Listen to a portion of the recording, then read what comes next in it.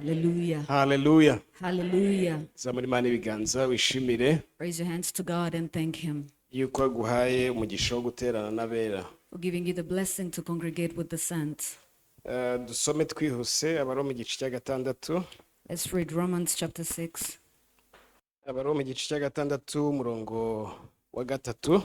Romans chapter 6 verse 3. Avuga ngo ntimuzi yuko twese ababatirijwe muri Yesu Kristo twabatirijwe no mu rupfu rwe. Or do you not know that as many of us as were baptized into Christ Jesus were baptized into his death? Nuko rero kubw'umubatizo twahambanywe nawe mu rupfu rwe. Therefore we were buried with him through baptism into death, kugira ngo nk'uko Kristo yazuwe n'ubwiza bwa Data twese abe ariko natwe tugendera mu bugingo bushya. that just as Christ was raised from the dead by the glory of the Father, even so we also should walk in the newness of life. Ubwo twateranijwe nawe gusangira urupfu nk'urwe, For if we have been united together in the likeness of his death, niko tuzaba duteranijwe nawe gusangira kuzuka nk'ukwe. certainly we also shall be in the likeness of his resurrection. Kandi tumenye iki, Knowing this, yuko umuntu wacu wa kera yabambanywe nawe, that our old man was crucified with him, kugira ngo umubiri w'ibyaha ukurweho, that the body of sin might be done away twe with, kugumya kuba imbata z'ibyaha. that we should no longer be slaves of sin. Kuko wapfuye abatsindishijwe ibyaha. For he who has died has been freed from sin. Ariko niba twarapfanye na Kristo twizera ko tuzabanaho nawe. Now if we died with Christ, we believe that we shall also live with him, Kuko tuzi yuko Kristo amaze kuzuka atagipfa, knowing that Christ, having been raised from the dead, dies no more. urupfu rukaba rutakimufiteho urutabi cyangwa se ububasha. Death no longer has dominion over him. Urwo rupfu yarupfuye rimwe risa kubw'ibyaha, For the death that he died to sin once and for all. ariko ubwo ariho kubw'Imana. But the life that he lives to God. Aba ariko namwe mwiyumvamo ko mwapfuye ku byaha mukaba muriho ku Mana muri Kristo Yesu. Likewise, you also reckon yourselves to be dead to sin, but alive to God in Christ Jesus our Lord.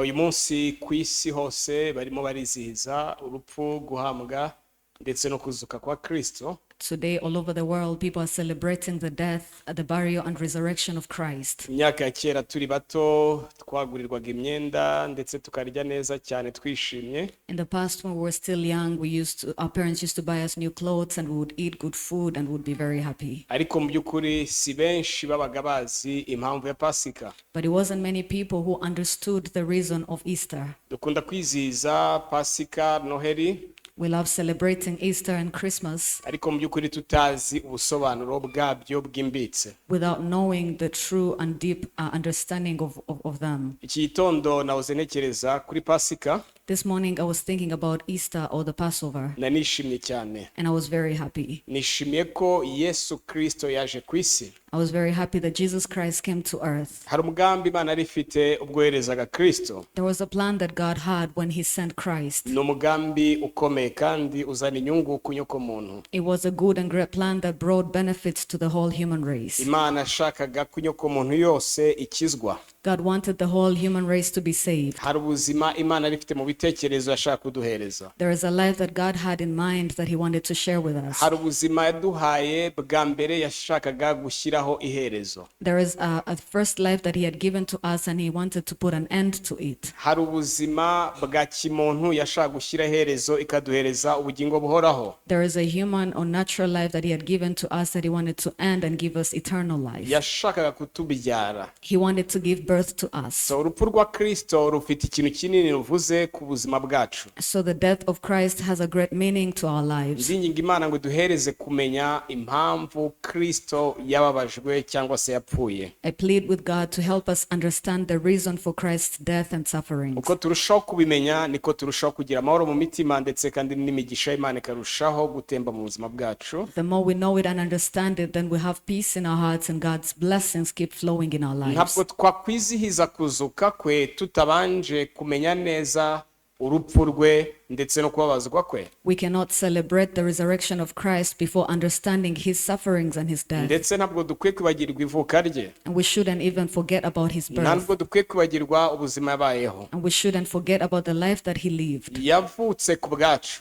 He was born for us. abaho ku bwacu, and he lived for us. apfa ku bwacu, He died for us, azuka ku bwacu, and he resurrected for us, azamurwa iburyo bwa data ku bwacu. and he ascended at the right hand of the Father for Imana us. yacu yabwa icyubahiro. Glory be to So God. hari inyungu izanwa n'uko yavutse kuri twebwe, So there's a great benefit that comes through his birth. hari inyungu izanwa n'ubuzima yabayeho hano ku isi, There's a great benefit that comes through the life that he lived here hari on inyungu earth. ikomeye cyane izanwa no kubabazwa kwe. There's a great benefit that comes from his sufferings. Petero avuga yuko abahanuzi bahanuye ibya Kristo baganwa n'imibabaro ye itaraba, bavuga ngo n'ubwiza bwagomba guheruka iyo mibabaro. Peter said that prophets spoke and searched about his sufferings and prophesied about the glories that would follow his sufferings.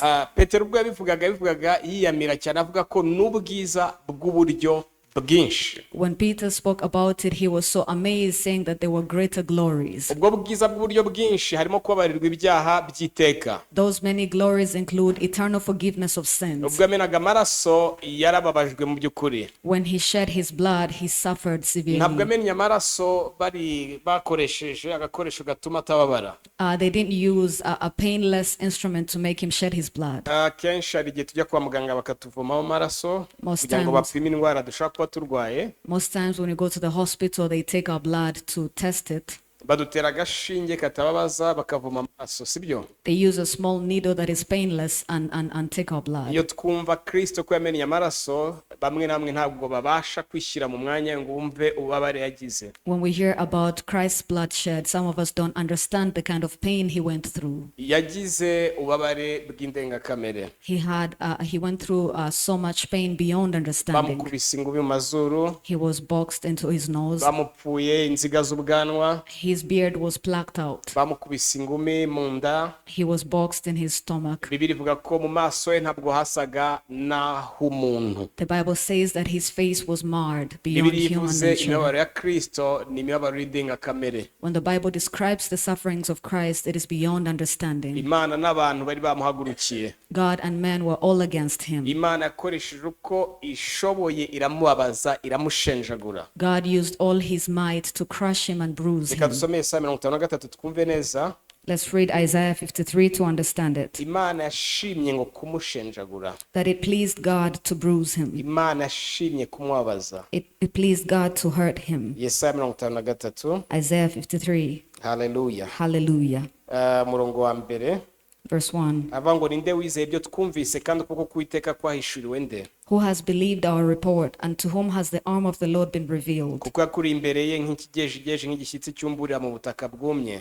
For he shall grow up before him as a tender plant and as a root out of dry ground. Ntiyari afite ishusho nziza cyangwa igikundiro. He has no form or comeliness. Kandi ubwo twamubonaga ntiyari afite ubwiza bwatuma tumwifuza. And when we saw him, there is no beauty that we should desire him. Yarasuzuguraga akangwa n'abantu, yari umunyamibabaro wamenyereye intimba. Despised and rejected by man, a man of sorrows, acquainted with grief. Yasuzugurwaga nk'umuntu abandi bima amaso, natwe ntitumwubahe. As we hid it, it were our faces from him. Hanyuma twihuse karindwi.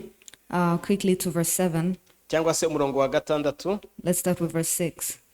Reka dusome wa gatanu, sorry. Let's start with verse 5. Nyamara ibicumuro byacu nibyo yacumitiwe, yashenjaguriwe gukiranirwa kwacu, igihano kiduhesha amahoro cyarikuriwe, kandi imibyimba ye niyo adukirisha. But he was wounded for our transgressions, he was bruised for our iniquities. The chastisement for our peace was upon him, and by his stripes we are healed. Twese twayobye nk'intama zizimiye, twese twabaye ntatanu, Uwiteka mushyira gukiranirwa kwacu twese. All we like sheep have gone astray. We have turned everyone to his own way, and the Lord has laid on him the iniquity of us all. Yararenganye ariko yicisha bugufi, ntiyabumbura akanwa ke, amera nk'umwana w'intama bajyana kubaga, cyangwa nk'uko intama icecekera imbere y'abayikemura, niko atabumbuye akanwa ke. He was oppressed and he was afflicted, yet he opened not his mouth. He was led as a lamb to the slaughter, and as a sheep before its shearers is silent, so he opened not his mouth. Guhemurwa no gucirwaho iteka nibyo byamukujeho. He was taken from prison and from judgment. Mubi bihebye ninde witaye ko yakuwe mu isi y'abazima, akaba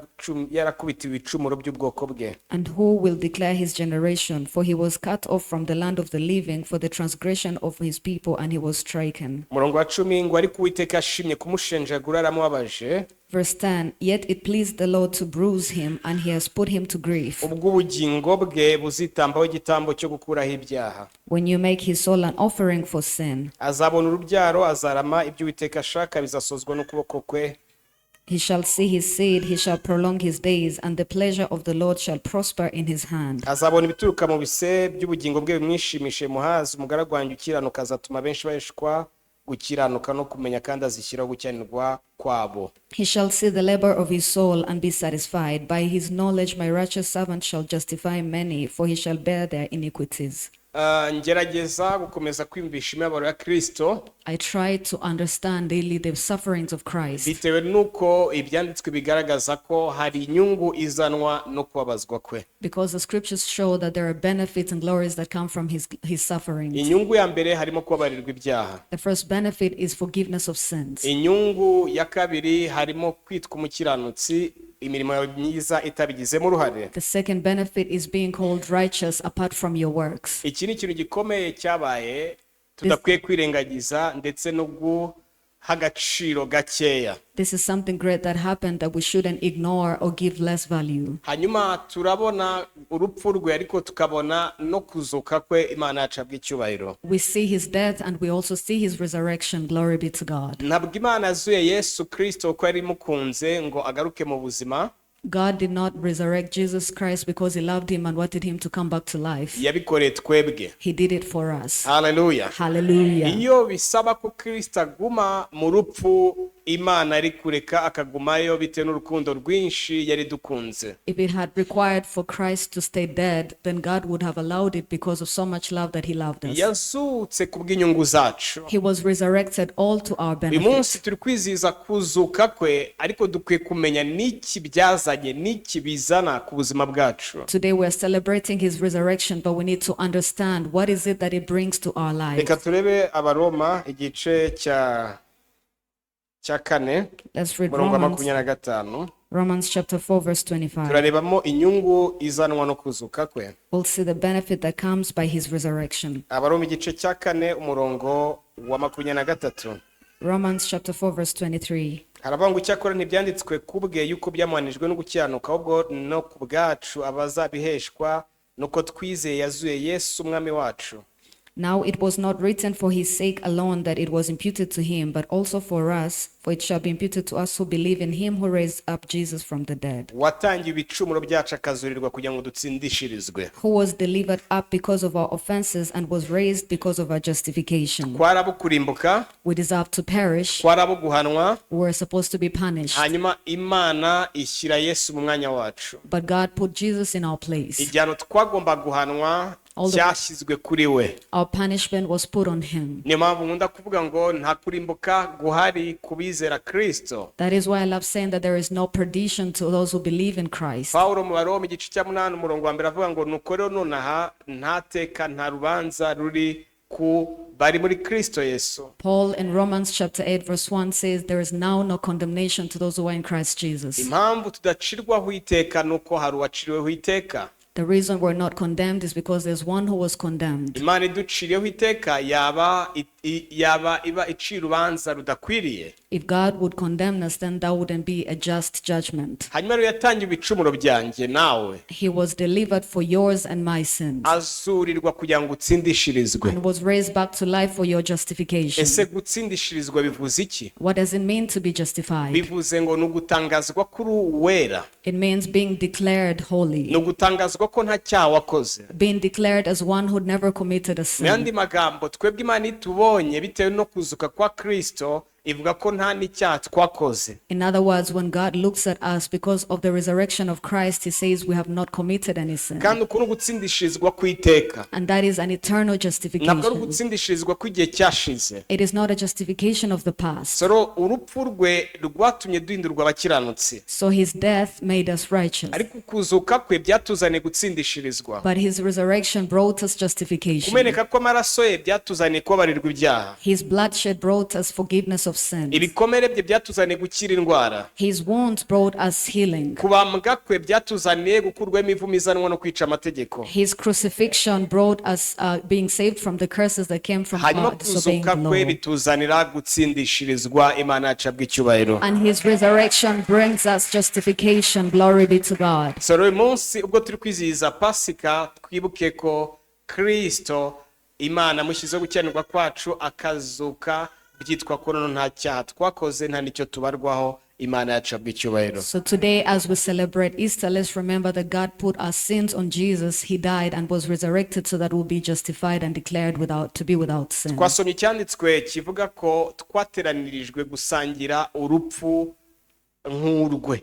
We read a scripture that says that we were united in the likeness of his death. Ubwo yapfaga twari dupfuye, When he died, we had also died. ubwo yabambwaga twari tubambwe, When he was crucified, we were also crucified. ubwo yapfaga twari dupfuye, When he died, we also died with him. ubwo yashyingurwaga twari dushyinguwe, When he was buried, we were also buried. ubwo yazukaga twari tuzutse, When he resurrected, we also resurrected with him. kandi ubwo twari tuzukanye nawe turi bashya, tutari babandi bahozeho. And we were raised back to life with him as new people, different from who we used to be. Niyo mpamvu Pawulo avuga iri jambo rikomeye, avuga ko dukwiye kugendera mu buzima bushya. That is why Paul dares to say this great word that we should walk in the newness of Hari life. ubuzima bushya twahawe butandukanye n'ubuzima Adamu yari afite. There is a new life that we were given, different from the life that Adam had. Adamu yaracumuye, turagwa icyaha cyangwa se turagwa gukiranirwa, Adam sinned and we inherited unrighteousness or sin. ariko ubwo Kristo yazukaga twarazwe ubukiranutsi bw'iteka. But when Christ was resurrected, we inherited eternal So righteousness. rero ubu ni ubuzima bushya twahawe kugenderamo. So this is a new life we were given to walk Mu in. maso y'Imana ntabwo ukiri umunyabyaha, In God's sight, you are no longer mu a maso sinner. y'Imana uri umukiranutsi, In God's sight, you are righteous. ndetse kandi urenze kuba icyo, ahubwo waratsindishirijwe. You are beyond righteous, you were justified. So Imana ihabwe icyubahiro ku bw'ibyabaye, So glory be to God for all that happened. dukomeze kubyizihiza, Let's keep celebrating it tubinezererwemo. and rejoice in it. Uko twiyumvamo icyabaye, hari igihinduka muri twebwe, mu mwuka wacu, mu bugingo bwacu no mu mibiri yacu. Whenever we reckon all that happened, changes happen to our spirit, souls, and bodies. Ndashima Imana ko ubutumwa bwiza bwageze mu Rwanda, I thank God that the gospel came to Rwanda ndetse kandi bukomeje kubwirizwa amahanga yose.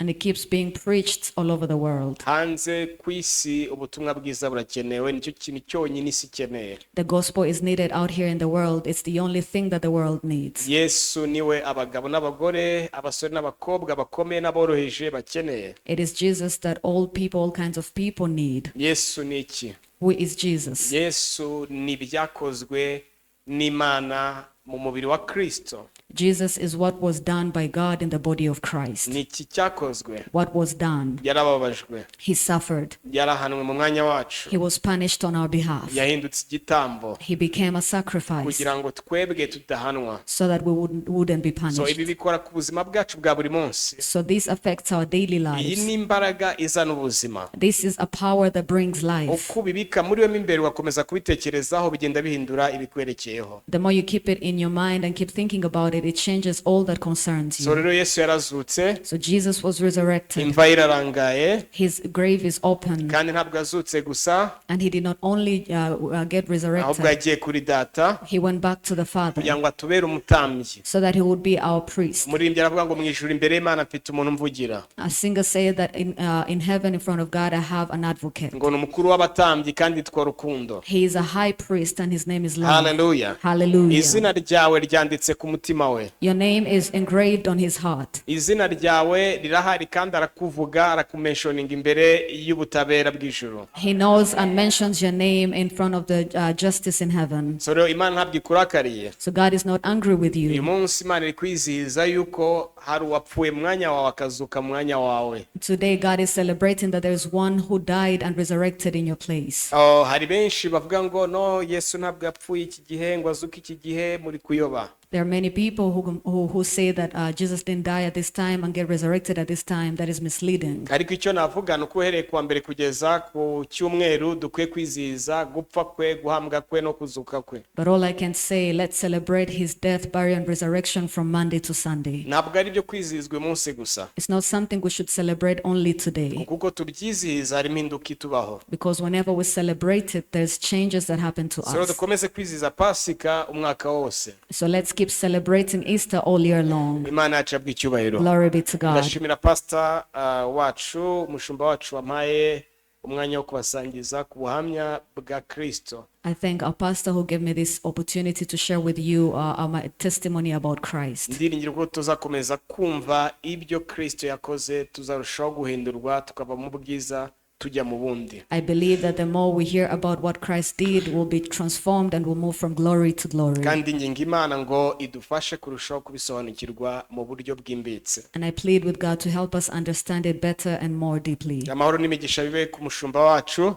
Peace and blessings be upon our pastor. Amahoro n'imigisha bibe kuri Pastor Park. Peace and blessings be upon Pastor Park, We wemeye umuhamagaro akemera kubwiriza ubutumwa bwiza ku moko yose. who accepted his calling and preached the gospel to all nations. Ndiringira ku mwuka umuriho n'ubuntu bumuriho bizatubaho natwe tukabasha kumugisha ku bakomeye ndetse n'aboroheje. I believe that the spirit and blessing and grace that is upon him will also be upon us so that we can be blessings to all kinds of people. Mugende mubwire abantu ibyabaye ko Yesu yazutse, mubwire n'inyungu izanwa no kuzuka kwe. Go and tell our people about what happened, that Jesus is resurrected and all the benefits that come with it. Kandi mubabwire impamvu mu by'ukuri yapfuye. And tell them the reason he died. Ubwo mubahereza ibyo kurya cyangwa ibindi, munababwire impamvu yapfuye ko ari ku bwabo, kandi mubabwire n'inyungu izanwa n'urupfu rwe. As you give them food and other things, tell them that the reason Christ died was for them and his resurrection was for Kuri mwebwe them. mudafite amafaranga no kwishimisha mu mubiri, mwishime mu mitima yanyu. To those who don't have money to celebrate in a way that people celebrate in your heart. Ubwami bw'Imana ntabwo ari ukurya no kunywa gusa, The kingdom of God is not about eat and drink, ahubwo ni ukwishimira mu mwuka ndetse no mu gukiranuka, kuko ni ubw'amahoro no kwishimira mu mwuka no mu bukiranutsi. but it is joy and peace in the Holy Spirit and in righteousness. Murakoze cyane, ubuntu bw'Imana bukomeze kubana namwe. Thank you so much. May the grace of God keep being with you.